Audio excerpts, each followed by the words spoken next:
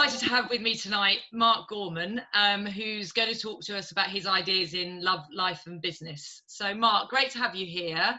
Do you want to just introduce yourself, tell us a little bit about you? Yeah, sure.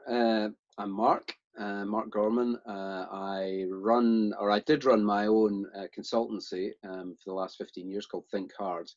But I kind of started out life in advertising in the mid-80s, which is why I have no hair left, in Edinburgh for Saatchi & Saatchi's Scottish subsidiary at the time, called Hall Advertising. From there, I kind of went through a couple of agencies and then started out on my own with two colleagues, set up a creative advertising agency, pretty successful, called 1576 Advertising. And we set up a subsidiary during that period called Whitespace, one of our two subsidiaries. And I now actually work for the subsidiary that I helped to set up 25 years ago. The global digital experience brand is Isobar, of which Whitespace is the one half of the UK offering. Wow. So full circle then. Yeah, absolutely. And life can be like that, can't it? Absolutely. You mentioned creativity there, and obviously that's been a theme through your career. But for me, it's something that I have found or re-found quite recently, and wanted to explore creativity as something that I do within my business and my life. And one of the things was around writing, which is kind of how we met. I'd be really intrigued to hear the story from your side, though, Mark, as to how we started working together. Yeah, well, it was strange because I'd signed up to a Scottish initiative called CEC, Creative Entrepreneurs Club, and they'd put up a bunch. Basically, there's about 25, 30 of us that put ourselves forward as entrepreneurs and mentors during the COVID crisis. So while people were in lockdown, it was like, it's lonely out there. Here's some people that are going to give their time free if you want. Sign up for it, and you signed up for it.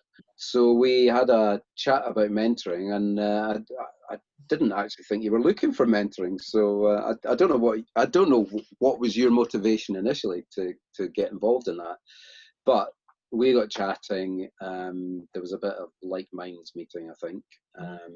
We certainly had a lot in common, same sense of humour, apart from anything else, which is really important. Yeah. Before I knew it, I was helping you with a bit of blog writing and stuff like that. So here we are several weeks later, and I'm in your tribe. And that was actually the subject of our latest blog, which was very interesting because we had completely different takes on tribalism in business, and yet ultimately they kind of led to the same point. Tribes are about creating like-minded groups of people. I think my tribes were more masculine, and they were led by fascist dictators. Were more feminine and were more engaging and involving and collaborative, I suppose, which is really the way I like to work anyway. So I don't know why I got fixated on fascist dictators as my tribe leaders. And it was an interesting conversation we had around that, because we started working together and wrote some articles, and then tribes became something that had come up a few times, because I do talk about my tribe, and you wrote a little piece, and then we reflected on it and had the discussion, which I think was really great fun to play around with what tribes mean. And yeah, I think we came to the conclusion that you know, a little bit of both is always good, but actually the nurturing, the attracting, the working together, the power of we was what you and I both love in our working lives, and hence why we've ended up working together very collaboratively and forming our little tribe. I think that's the way that business in general is going. You know, the day of the fascist dictator in the workplace is kind of fast receding into the background, isn't it? It's not very on point to be that in business these days, even if people hide behind a kind of mask of saying they're collaborative. I mean, it's one thing saying you're collaborative and another being collaborative. I remember when I started my agency with my two colleagues back in the 90s, the mid-90s, We kind of had grand notions of size and where we'd get to, and although the concept of tribes wasn't really in common parlance in those days, we decided at that time that we didn't want to be any bigger than 30 people. Right. And the reason for that was that beyond that number, and you start to lose that sense of belonging and it's being in a tribe, and that your culture starts to split. For me, culture in business is really, really important. I've not really worked for many multinational businesses or in large office environments, although I've probably worked in agencies with 100 people, so that's not that big a business. But you do start at that size of business to have different groups, sub tribes, competing agendas, differences of opinion, and it's very rarely healthy, in my opinion. It's usually destructive. And as those sub tribes form, obviously you get tribal leaders in each of those that start competing and not collaborating so well. One of the things you said there that I'd like to explore with you is, obviously you work in advertising, so you're working with companies who are presenting themselves to us as consumers or service users. How have you seen that idea of tribe and collaboration, and that's what we want? How have you seen it where people have presented that really well in advertising? They've really, who they really are comes out really well in their advertising, and perhaps the other way where we're given a picture of that, but behind the scenes, that's not what's going on.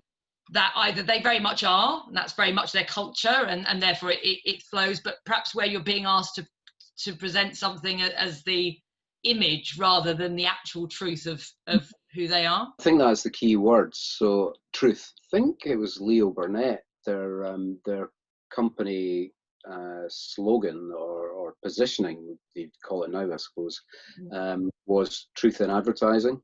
And that was from the 1930s. And for me, that's a really important part of what great advertising is. It stems from what I would call the truth of the brand.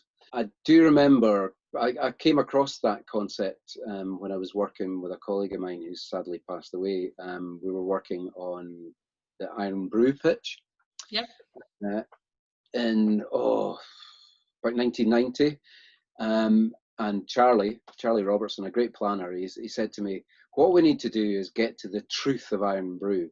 So I was sent packing to, I was just a junior in those days, and I was sent packing to Iron Brew's archive in Glasgow, where I it was just paper books, there was nothing digital in those days. So I'd filed through all these books of advertising. I found these old ads, old labels from bottles and so on. And it was weird because that was what we were trying to get to. But actually, for that particular brand, there really was no truth to it. And what it led to us to when we eventually pitched for the business and won it, as it happened, was that this doesn't actually have this brand doesn't have a proposition. It doesn't have a truth. I mean, it's a thing. It's got a taste which no one can describe. Yeah. It has an effect which is probably not as positive these days as it used to be, because it's packed with caffeine. But it didn't have a truth as such, and yet we managed to turn that on its head and make the fact that it didn't have anything true about it into its indescribable self. So we did advertising that was much more about execution than about a clear proposition. So it was about tapping into the kind of mood of the time, the attitude of young people, being anti-establishment, but not actually really saying anything. And that, truth in advertising for me is really powerful. One of my all-time favorite campaigns is for Avis. Their campaign is built on the premise that when it started, Bill Bernbach did the ads in the early 1960s or late 50s. And their line was, "We try harder." But the premise of it was they were number 2 in the market. So Hertz Rent-A-Car had a massive brand share lead. Yeah. And Avis were lagging miles behind them. And they said, well, we're only number 2, so we need to try harder.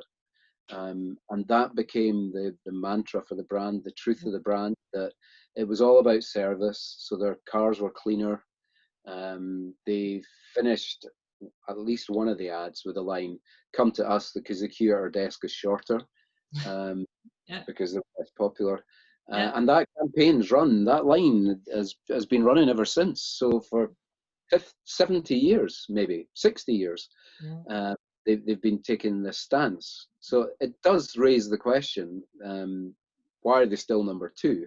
Maybe it's not been very effective. And that's really interesting, isn't it, that idea of that truth, as you say in the proposition, because, you know, I can see some real analogies with what I do with my coaching there around, you know, finding the truth of, you know, when I talk about personal branding with individuals that I talk to, or if they're entrepreneurs running their company, is really getting to that real truth of who you are, what you do, how you do it, and then how do you show that in everything that you do? Because obviously advertising is one element of it, but it's in everything that you do, which also comes back to the culture. Yeah, living your life as a lie and trying to be something you aren't is doomed to failure. Yeah. And that's what you find in corporates. People get trained into being corporate face of the business, instead of being themselves. You know, recruit the right people for the business. If you're looking for a corporate machine, that's fine. You know exactly what you're looking for. But if you're not, you need to start your recruitment process with a type in mind, a sort of person that's going to fit into the tribe, fit into the corporate culture, if there even is one, and hiring people that you think, well, they've got everything on paper, but nothing in their heart, means they're just not going to fit in. It's not going to work. It's doomed to failure. You and I have talked about this many times before, about the showing up as yourself, you know, not pretending to be something you're not. And you know, the writing that we've been doing together, that's always been my driver, is, you know, if it's not showing me from my truth, then it doesn't go out. It's not something that I'm going to put out in the world. Have you had experience in your career, or where you've been working with clients or within agencies, where you felt that you haven't been able to be your true self? No, I can't help myself. I kind of thought that might be the answer. Yeah, I mean, I'm a sweary, shouty, farty sort of guy, that drinks too much and so on and so forth. So you have to tone that down, obviously, in your corporate relationships. But at the end of the day, if you don't tell the truth, and if you don't challenge people that are challenging you, it's going to end in tears. Wearing your heart on your sleeve, I think it's served me well throughout my career.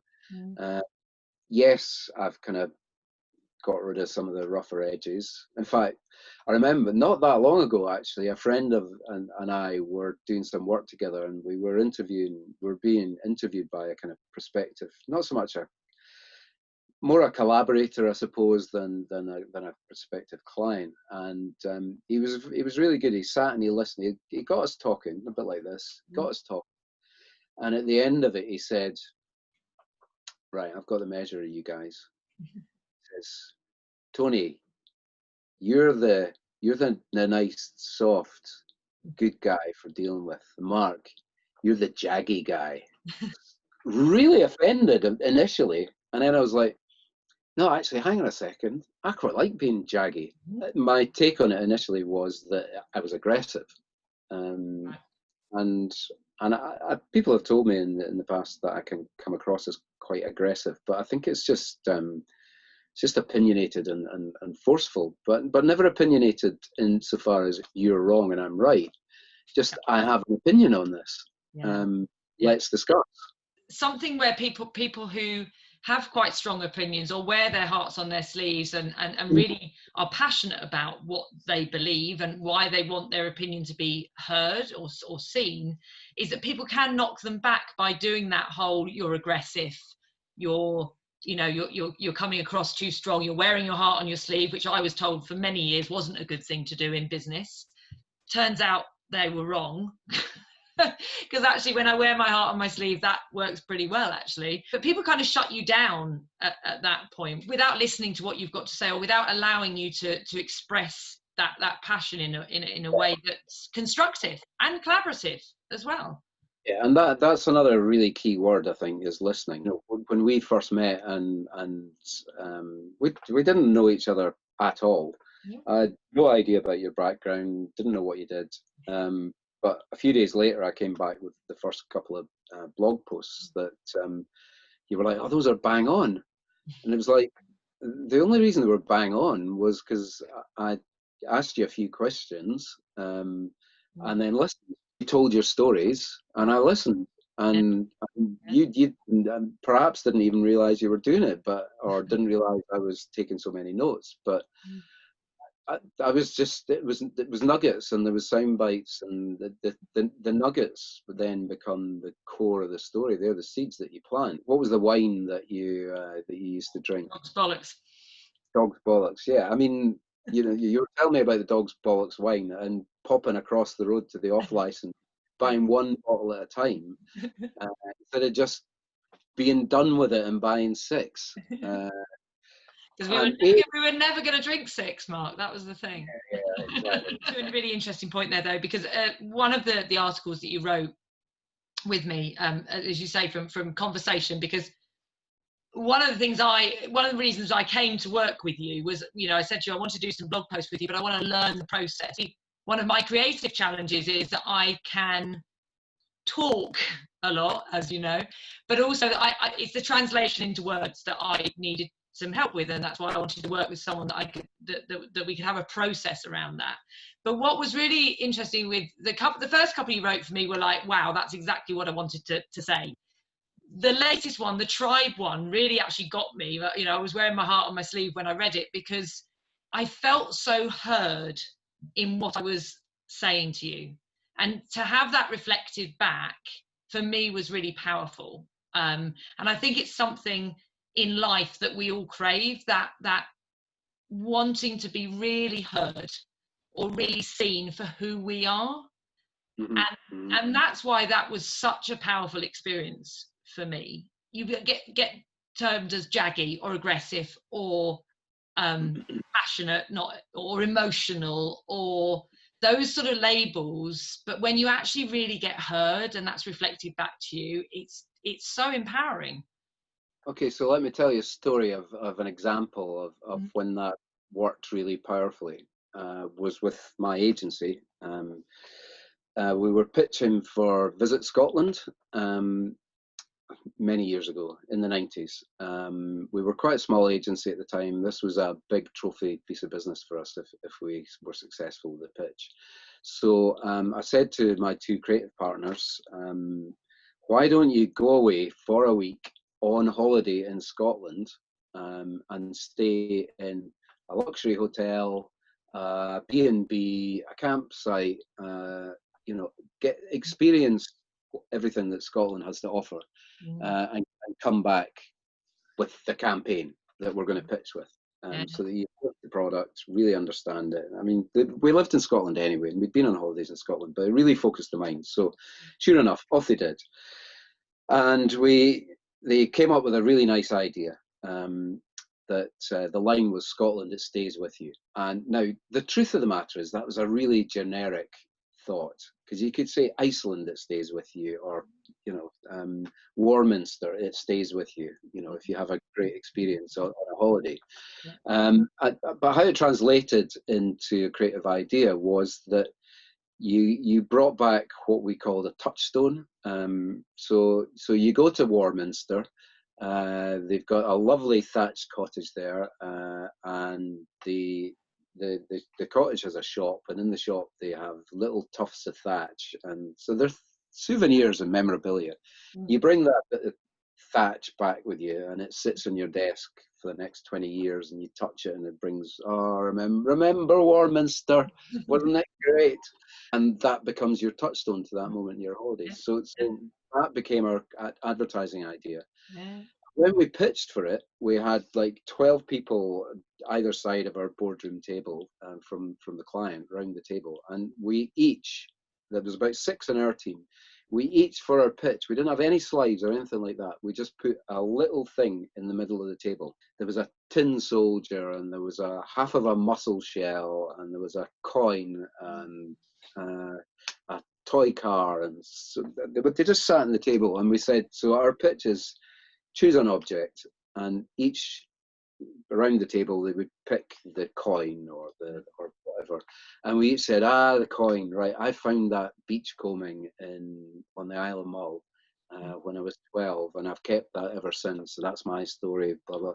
And Adrian, our creative director, when someone said the half mussel shell, he said, right, okay, so when I was when I was going out with my girlfriend, we were on a beach in Skye, and we found this complete mussel. We broke it in two. She took one half of the shell, I took the other half, and we then got married. We've had children, and we both still carry this shell with us.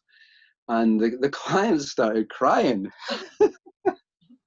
And they said, you've got the business, basically on the spot. They said, you've got that is so powerful, such a strong idea, and so on. And then they went away, and we were feeling pretty good about it. And I said to Adrian, I never knew that story about the shell. And he said, yeah, I just made it up. I mean, I find stories really powerful, and a lot of the writing that you and I have done together, have been stories. That's kind of how we approached it. Those emotional pulls in a story that speak to someone, I think are really important. And actually, I was reading a book today for ideas for a story or webinar that I'm running around resilience. I was looking at a book by Chip and Dan Heath, where they talk about change in companies. I was researching it around cultural change, actually, in cultural change in organisations, and saying how similar it is to personal change. They use examples of where people had used stories to get people to make change based from emotional response, and how powerful that is. And yet, as we've just said, how many times in corporate space are we told not to bring that emotion into, we're almost told to leave our hearts not, at home, and not bring it in. And yet, so many of those decisions in that space are made from an emotional perspective. And you must have seen that loads of times with advertising. Yeah, well, I think stories are the new propositions. When I was trained in advertising, it was all about getting it down into one sentence, a proposition, Right. the truth of the brand, if you like. And I think what's changed, the biggest thing that's changed, is the rise of digital communication. So what that's meant is that the old currency of 30-second TV ads, 20-second TV ads, where you've got to get your story down into such a short package, has become less important than kind of long form opportunity. And I think that's had the two effects. One, I think brands cannot exploit that in a really bad way, and they tell stories that are really boring, outstay their welcome, and don't leave you with anything, because they just get lazy and loose. The other side of it is people use that opportunity wisely, and they do tell stories, stories with a proposition. A joke is a story. A joke without a punchline, it's not a joke. It's just a meander, or a drunken meander at worst. But jokes are really tight, beginning, middle, and end stories. Often with a rug pull, where the punchline is not what you were expecting. If they pulled the rug on you, but essentially they're stories with a purpose to them. that comedians can pull out if they tell jokes. They can pull out to suit the scenario that they're in, either the audience they're with, the situation. You know, if there's a used car salesman's conference, then they'll bring out the used car salesman joke, i.e. the used car salesman story. Or they'll repurpose the used carpet salesman story. Storytelling is really powerful within coaching as well. And Joe Martin, who runs one of many, which I did coaching with, which is a lot of that masculine and feminine energy that we talked about in the tribe story came from. She tells amazing stories. She does these amazing looped, nested stories that is delivered over 2 days, you know, that you think, is she ever going to finish? And then suddenly, well, you know, there's always the punchline in there. Normally with Tina Turner and some dancing, but that's another story. When we were learning our coaching, it's around how do we use stories to land something with a person, you know, something they can't yet see. We can often land with a story, and how do we craft those stories so they go outside of themselves to see the answer. Yeah, and bear in mind, stories are preternatural. You know, that was the first way to communicate, was storytelling. You know, when people couldn't read, when people couldn't even speak, you know, cavemen told stories by pointing to the stars and, you know, pointing to mammoths and things like that. You know, they were storytelling in their own rudimentary ways. So it's the art of communication. It's at the heart of communication. And you've probably heard that thing. There only are 7 stories. You know, boy meets girl, girl meets girl, boy meets boy, etc., etc. You know, there are stories are a construct that only work in certain ways. It's what the content of those stories is that makes them distinctive and engaging or meaningful, because we can all predict the end of the story if we really dissect it. How do we tell those engaging and interesting stories then, Mark? How do we tell the engaging and interesting stories about our love life and business? Start with a proposition, I think. Still, you know, what's the lead behind from this? What do you want people to remember from it? It's seldom the punchline, although the punchline in advertising terms would be the strap line, but it's the point of what you were trying to get across that needs to kind of weave through it all.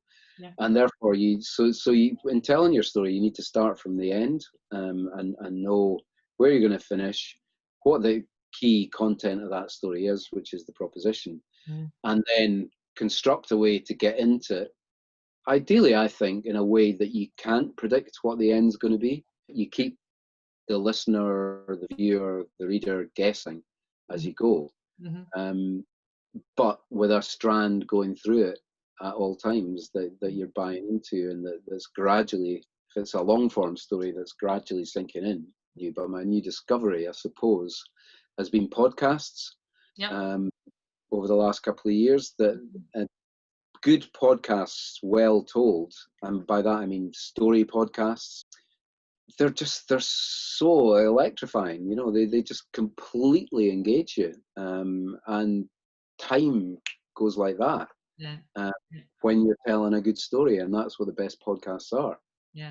And it's all then in the feeling, isn't it? You know, when you're you know, it's how you feel when you're listening to those podcasts. Yeah, and obviously production values come into play, characterization comes into play, quality of acting comes into play. But if it doesn't have an emotional engagement with you, you know, it's not going to work. Well, listen, it's been absolutely fascinating speaking to you as ever. And we normally start our conversations with, what story do you want to tell here? You know, when we've worked together, that's one of the first things you say to me. And I'm learning that art, and I'm really thankful that we met through. I don't know what I was looking for that day that I booked to talk to you, but you know what? I'm very glad I did, because it's led us to where we are now, which is fantastic. Likewise. And there's a book in us yet, Mark. Well, we just need a story, don't we? We do. Or a collection of stories. I think it's going to be a compendium, isn't it? A compendium of stories, and it'll be marvellous writing it with you. Thank you very much, Mark. Thanks a lot. Cheers.